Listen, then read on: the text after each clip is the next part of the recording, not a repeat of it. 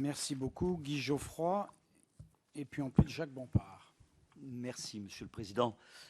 Mesdames les ministres, mes chers collègues, je voudrais commencer mon propos en disant que, n'étant pas spécialiste de ces questions, je m'efforcerai d'être humble et intellectuellement honnête.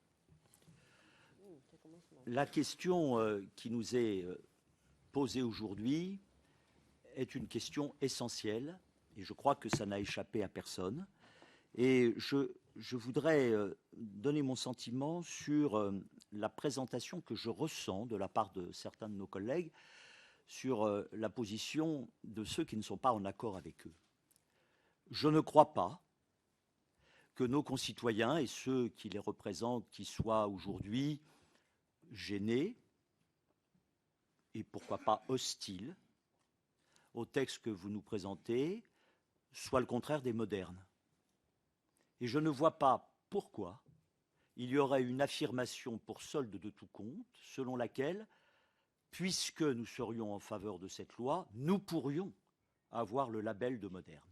Je pense que cette présentation des choses est très ennuyeuse et, permettez-moi de vous le dire, je ne devrais pas vous le dire, elle est pour vous totalement contre-productive. Je rencontre quotidiennement, comme tous mes collègues, des femmes et des hommes, y compris des femmes et des hommes de gauche, qui ne se considèrent pas comme ringards au motif des interrogations qu'elles et qu'ils ont sur la légitimité et l'opportunité de ce texte. Et si je le dis, c'est que j'ai cru comprendre, Madame la garde des Sceaux, et je pense et j'espère que vous détromperez le sentiment que j'en ai eu, dans vos propos tout à l'heure, une autre affirmation qui est encore plus encombrante et embarrassante que celle que je viens d'évoquer. J'ai cru comprendre dans vos propos que serait revenu sur le devant de la scène, à propos de votre projet de loi, l'idée selon laquelle ceux qui seraient contre seraient homophobes.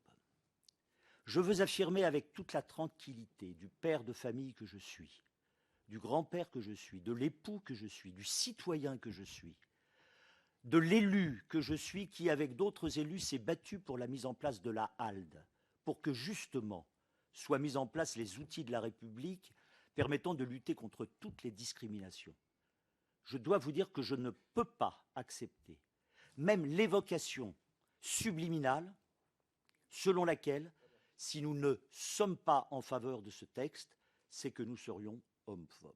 Je tenais à dire cela parce que notre pays est troublé, notre pays souffre de 1000 maux.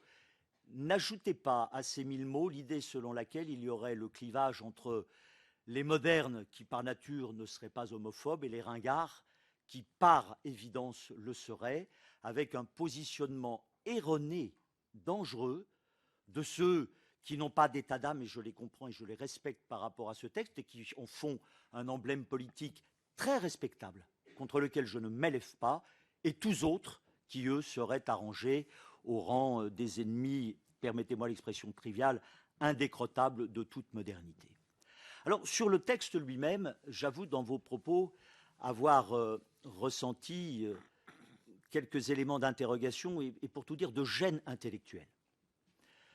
Je n'arrive pas à comprendre la différence que vous nous présentez entre ce que serait la filiation biologique et ce que serait la filiation sociale. Je ne le comprends pas et j'aimerais avoir des éléments de précision sur la validité d'un concept et de l'autre. La filiation biologique, je sais ce que c'est. J'en suis un fruit, comme nous tous ici, et qu'on le veuille ou non, tous les enfants qui vont naître partout dans le monde seront d'une manière ou d'une autre issus d'une filiation biologique. Aucun enfant ne naîtra autrement que par un acte biologique de quelque nature que ce soit. Quelle est cette filiation sociale que vous décrivez et qui me fait vous interroger sur le paradoxe qui en découle? Un couple de femmes vivant ensemble de l'amour qui est le leur et souhaitant se marier, avec la loi que vous proposez et avec les amendements que le groupe socialiste se prépare à faire voter, éventuellement, si jamais vous en donnez l'accord du gouvernement, ces femmes auront droit à la procréation médicalement assistée. Elles seront donc dans la catégorie de celles qui bénéficient de la filiation sociale grâce à la filiation biologique. Quelle est la position d'une filiation par rapport à l'autre? J'avoue ne pas avoir saisi quelle était l'opportunité intellectuelle de différencier les deux. Et j'ajoute à cette question une deuxième question par rapport à ce que vous avez décrit, Madame la garde des Sceaux, comme n'étant pas le fait de cette loi, à savoir l'évacuation des concepts de père et mère. Nous sommes nombreux à être ici élus locaux, à célébrer les mariages et à lire à l'occasion de la célébration de ces mariages, outre les articles 212 à 215, l'article 371-1. L'autorité parentale est un ensemble de droits et de devoirs ayant pour finalité l'intérêt de l'enfant. Elle appartient au père et mère. Jadis, on parlait de l'autorité paternelle. Quand on a remplacé l'autorité paternelle par l'autorité parentale, ce qui est une véritable avancée dans notre société, le législateur de l'époque a bien évidemment rapporté l'autorité parentale aux éléments qui la constituent, au père et à la mère. Aujourd'hui, c'est l'état de notre droit, et demain, l'état de notre droit sera une construction juridique d'ailleurs un peu tautologique, puisque nous aurons l'autorité parentale appartient aux parents. Effectivement, ça semble élémentaire. Pourquoi donc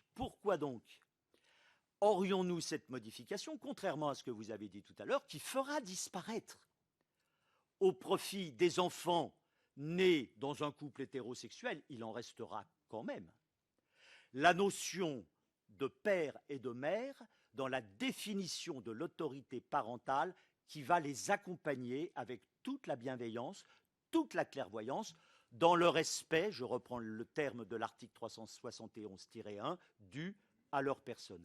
Donc c'est toutes ces questions, c'est toutes ces interrogations, et c'est toute cette volonté qui, je le sais, est partagée par beaucoup de nos concitoyens, de vous demander de ne pas cliver en disant que d'un côté, il y a les bons qui ont tout compris et qui font avancer la société, et que de l'autre côté, il y a ceux qui ne se posent pas de questions, qui sont les ringards, qui sont les rétrogrades, et qui refuseraient de voir avancer la société.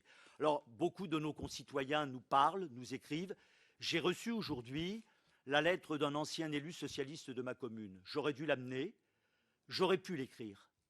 Et cet élu me demande de me battre pour faire en sorte qu'on aille au-delà du Pacs, que l'on fasse en sorte qu'il y ait un acte d'état civil qui permette aux personnes de même sexe d'être devant monsieur le maire, comme l'on dit, en la maison commune, bénéficiaire d'un acte nouveau, ouvrant des droits nouveaux dans la marche, dans la quête qui est celle de notre société, de plus d'égalité, de mieux d'égalité et de lutte contre toutes les formes de discrimination. Je vous remercie.